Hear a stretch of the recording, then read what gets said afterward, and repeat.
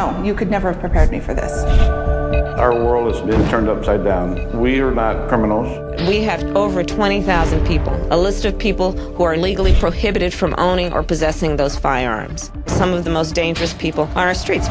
We were getting ready for bed. Who would expect 9 officers to come to your house at 8 o'clock at night? We were not a threat. They were fully armed. They surrounded the house. They were absolutely ready for action. So they're coming to your house because your name was in the registered firearm owner database and your name was in the prohibited persons database. What we did is we merged those lists, and I'm going after them. No search warrant, because there's no probable cause. My wife would have never let them in knowing what we know now. They wanted to come in here and see criminal activity and take guns away from the criminals. I was not that case. They were either going to leave with my guns or my wife. This whole frickin' apps thing is not doing anybody any good. I'm all for taking dirtbags off the street, but I'm telling you, majority of this crap, I never even came across a hardcore dirtbag. It's unreal. They come into my home, scare us, embarrass me in the neighborhood, and take our guns. For what? This is where the nightmare began for the Phillips family. Lynette came here to Charter Oak Hospital voluntarily at the request of her doctor to get her medication changed. I went in there voluntarily, and they then put me in involuntary. That's what started it.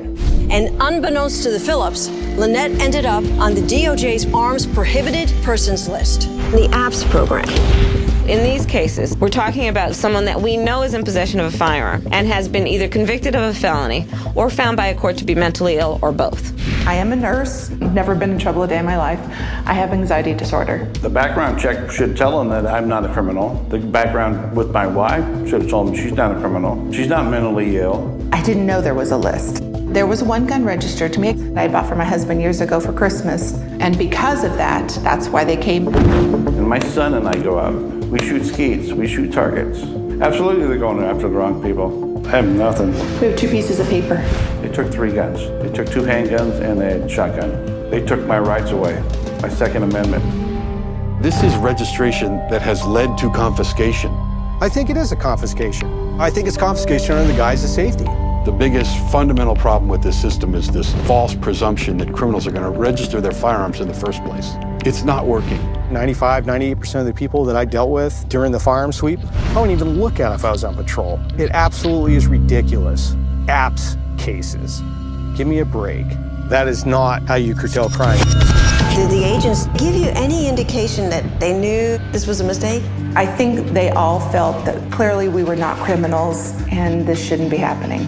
I even said, so it took you 3 months to come to my house when you were notified back in December.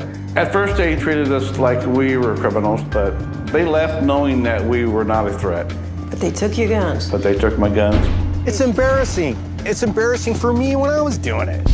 Out of all the cases I did, at least 100. Maybe 4 or 5 I felt comfortable with, seriously. And I'm telling you, if I stayed in the DOJ and they asked me to do another firearm sweep, I'd give them the middle finger and I wouldn't do it.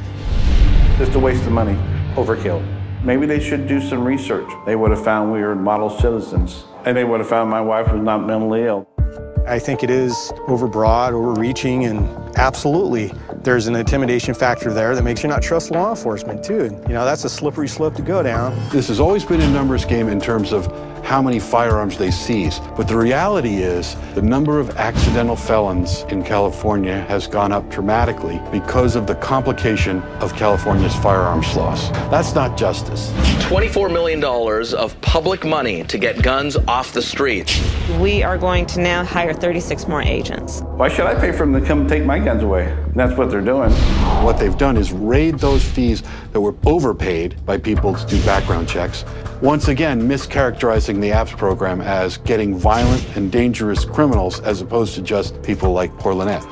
The APPS program is the only of its kind in the United States. We need to put in place common sense laws, and they need to be universal. California is the petri dish where they grow these bad ideas, and Kamala Harris is already shopping this program federally. The APPS program is an excuse for universal registration. She sent a letter to the vice president urging him to adopt the California program at the federal level, and a prerequisite for that is universal firearm registration. California shouldn't be a role model. Absolutely not.